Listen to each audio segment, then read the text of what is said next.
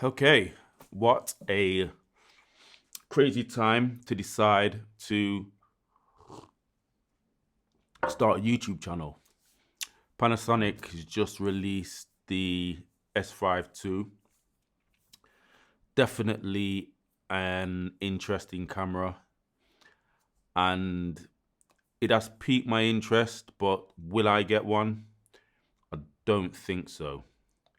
Um, Primarily because I'm invested um, in a lot of Micro Four Thirds glass and bodies. So I have two GH6s, a GH5 Mark II, a Panasonic BGH1, which I probably will be getting rid of because it doesn't get used that much.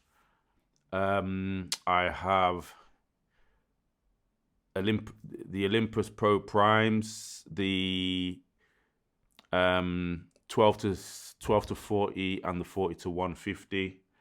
I have the Leica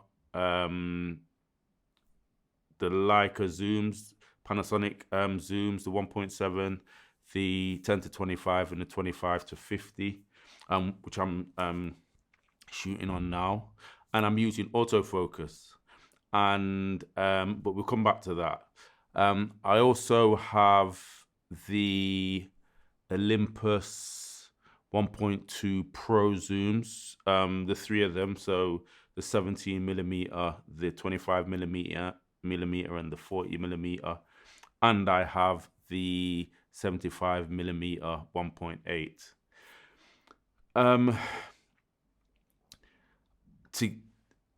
So for me to switch systems, the cost of, well, I'll probably be able to get the same money I spent because I've started to accumulate a lot of Micro Four Thirds glass as people are migrating to full frame. So probably be able to get back what I paid for it, but the collection of lenses I've got, the collection of bodies I've got, I could film anything. I could film a feature. I can film documentaries. I think the only thing that would have possibly piqued my interest would have been something like a Micro Four Thirds version of the Lumix version of the Canon C70. That's what I feel. That's the only thing that's missing, I would say, from Micro Four Thirds: a dedicated video camera with XLR in and ND filters, etc. You know what I mean? With that sort of same mirrorless style form factor, like the Canon C70. To be honest, even with the GH6 sensor, which I'm not necessarily head over heels about. Obviously, you got the CMOS smear issue, and it's quite noisy. But the way it renders color, and even maintains detail after noise reduction. I'm quite happy with it. I'm quite happy with the look I'm getting out of it. And usability. As I say, I'm using the autofocus now, and what I'm doing is using the autofocus. So I've only just started using the autofocus really on the GH6s because I'm always on that side of the camera. And what I've been doing is using continuous autofocus, but whole area, the same way that they are telling people to use the S5 Mark II autofocus. And I'm getting surprisingly good results. Now, I don't really have any light sources that would show you much jittering, but I also don't think I'm losing focus which is I would think is the primary concern, especially when you're not um, pulling focus yourself, or when you're not at least behind the camera, so you can get back into focus.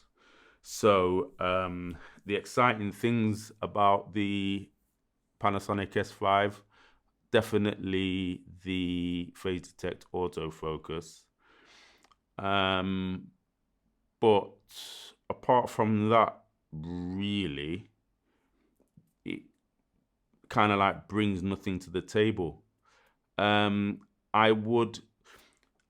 The thing that does interest me is the obviously is the autofocus, but the live streaming, because that was the reason why. Because I did have it. I had the original GH5. I got it when it just came out, but I bought a GH5 Mark II last year for live streaming, and since then I've not used the BGH1, which hasn't really got much use out of it, primarily because it's a bit of it isn't necessarily a hassle, because I guess rigging up cameras is what we do. But I think the fact that it doesn't have a screen, it's probably the last camera I would really go for. Like if I'm gonna go and pick a camera up, because I was gonna use the BGH1 for this kind of stuff.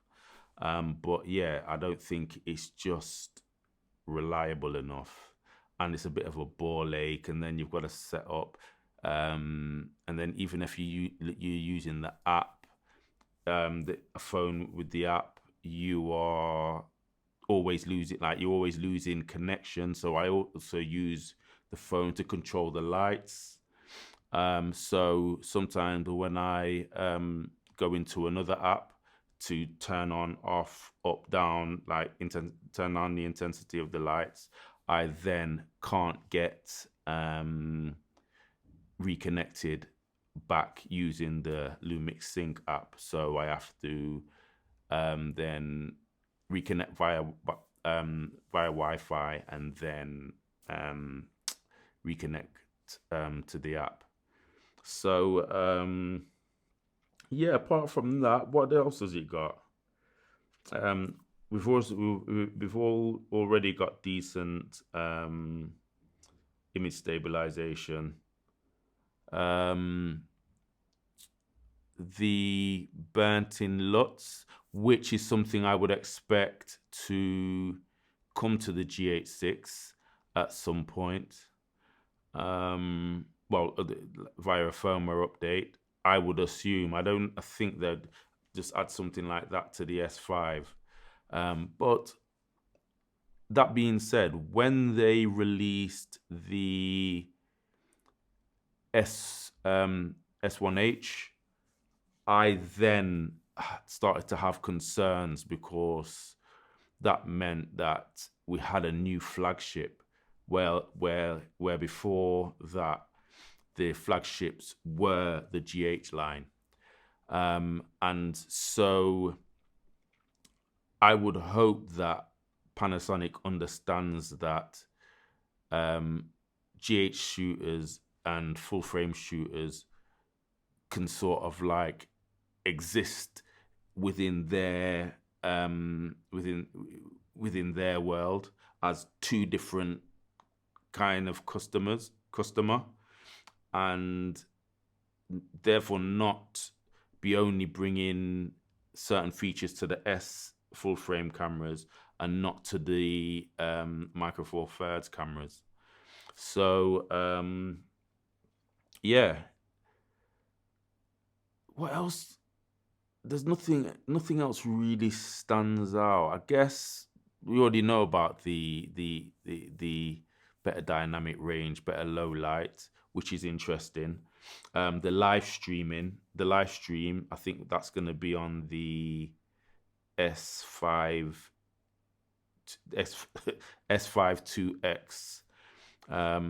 So I have had visions as replacing both the BGH1 and the GH5 Mark II with a S5 um, S5 Mark II X. But then the only lenses that really I'm not sure about the primes that Panasonic, like the three primes Panasonic have put out, because I don't know whether they're not like Leica primes, are they? And they do have those S zooms, like the pro zooms.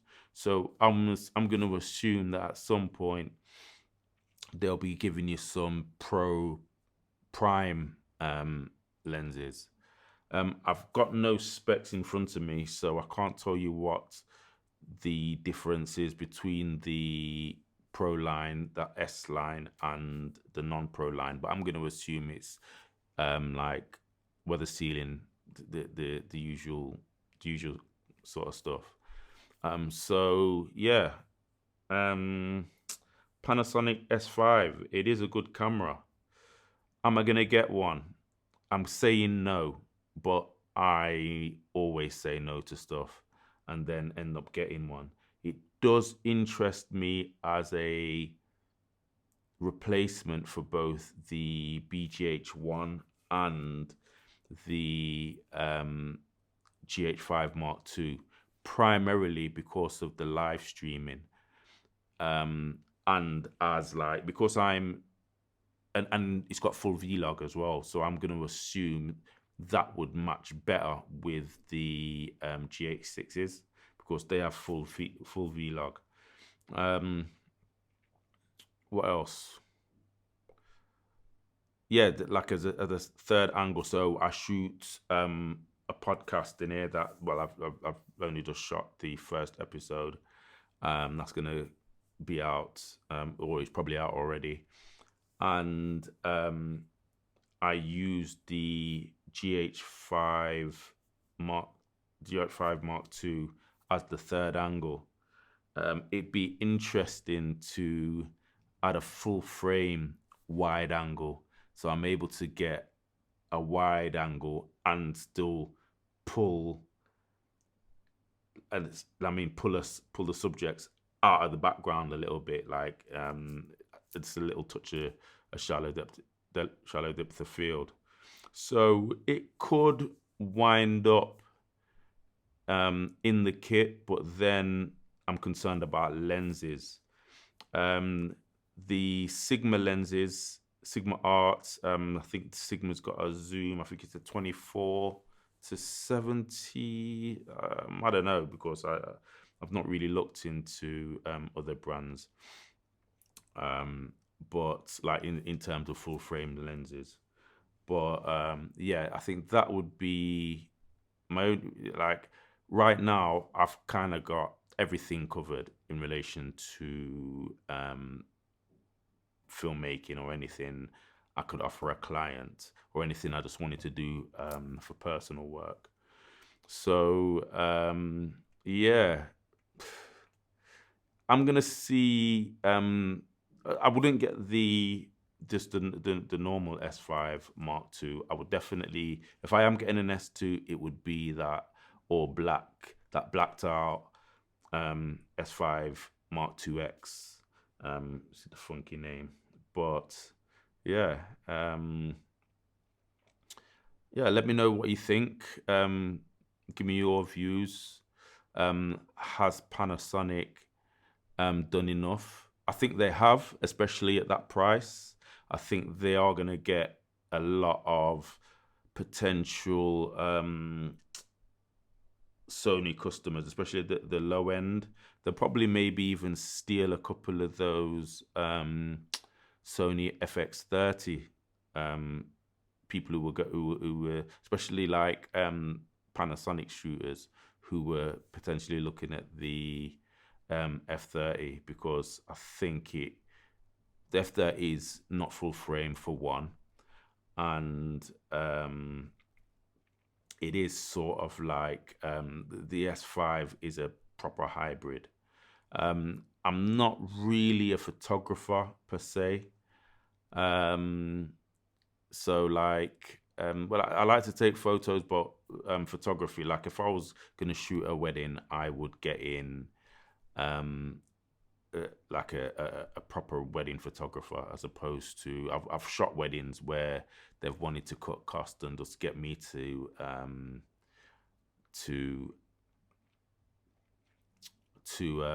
what's my train of thought, to take some photos, but I, they were happy with them, I guess, but I weren't happy with them, and I didn't. You know what I mean, I think wedding photography is an art.